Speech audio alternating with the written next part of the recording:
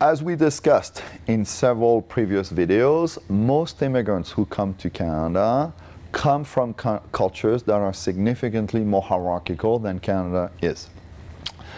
In hierarchical cultures, one of the key measures of your professional progress is promotions.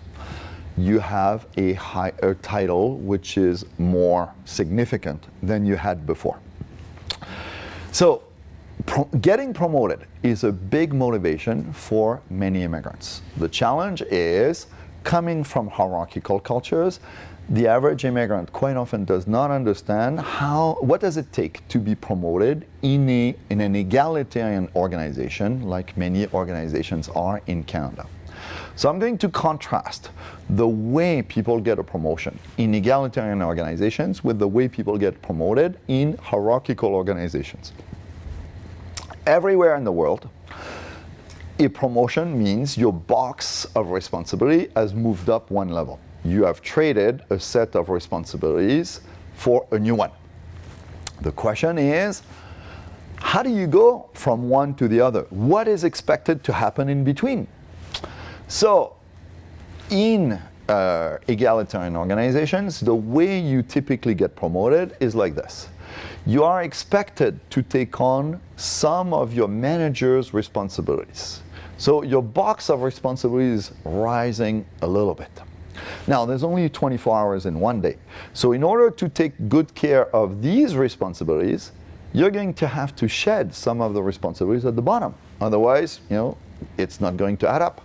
So how do you do that? Well, you reorganize your work, you delegate to someone below who's trying to move up, you buy new software so that you're more productive, whatever it is, but you find a way of gradually increasing the responsibilities you have.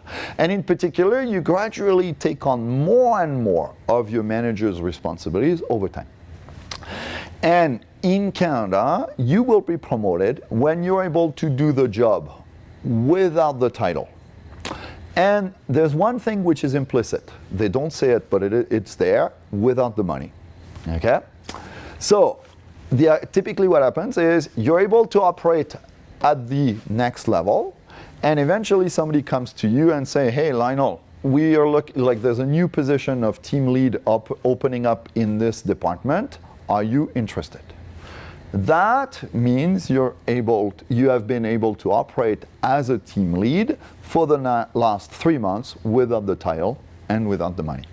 And in egalitarian organizations, in Canadian organizations, you will typically get first the responsibilities, then the title, then the raise that goes with it. And these are sequential. They don't all come at the same time. In hierarchical cultures, how do you get promoted? Well, the way you get promoted is by making sure you are taking good care of your existing responsibilities. You do a good job and do whatever your manager is asking you to do well. And so you focus on those responsibilities, and eventually you get to the point where someone comes to you and say, Lionel, you've been doing a good job for the last 6 months. On Monday, you're at the next level. And in hierarchical organizations, you will trade your set of responsibilities, your salary and your title, for a new set all at once. So, what is the challenge? Well, if people have this model in mind and operate in this environment, what happens? The very thing they do to get promoted prevents them from being promoted. How does it come into play? Well, one of the ways people will try to help you move along in egalitarian organizations is by trying to include you, for example, in task forces, newer initiatives, and so on. And somebody will come to you and say, Lionel, there's a new task force forming next week on this topic. Are you interested in joining? In many Canadian organizations, being part of a new task force means you have an opportunity to increase your exposure within the organization. So it is something that will help you move up. But for someone who has a hierarchical mindset, this means I'm going to stretch my box of responsibility through the top. I cannot shed responsibilities at the bottom. And so eventually I will fail. So people who have a hierarchical mindset will quite often turn down these opportunities. Oh, I'm very busy, I really need to make sure my current responsibilities are well taken care of. That, in an egalitarian organizations, will make you be labeled as lifer. You're going to stay at that level for the rest of your career. So the very behavior that people have to get promoted prevents them from being promoted. Notice that it's true in reverse.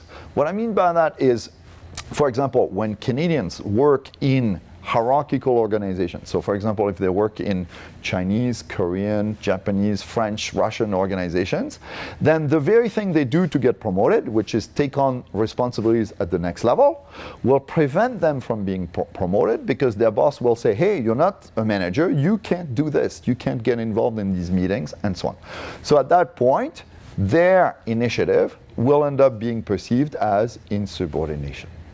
So I find it is really important. If getting promoted is your goal, try to understand what kind of organization are you working in. Because if it is an egalitarian organization, the way you're going to get promoted is different from the way you get promoted in a hierarchical organization. Here's one way to summarize it. If you want to be promoted in an egalitarian organization, you need to, 1, strive to do your job, the job of your manager without the title, 2, take initiative, and 3, focus on your soft skills.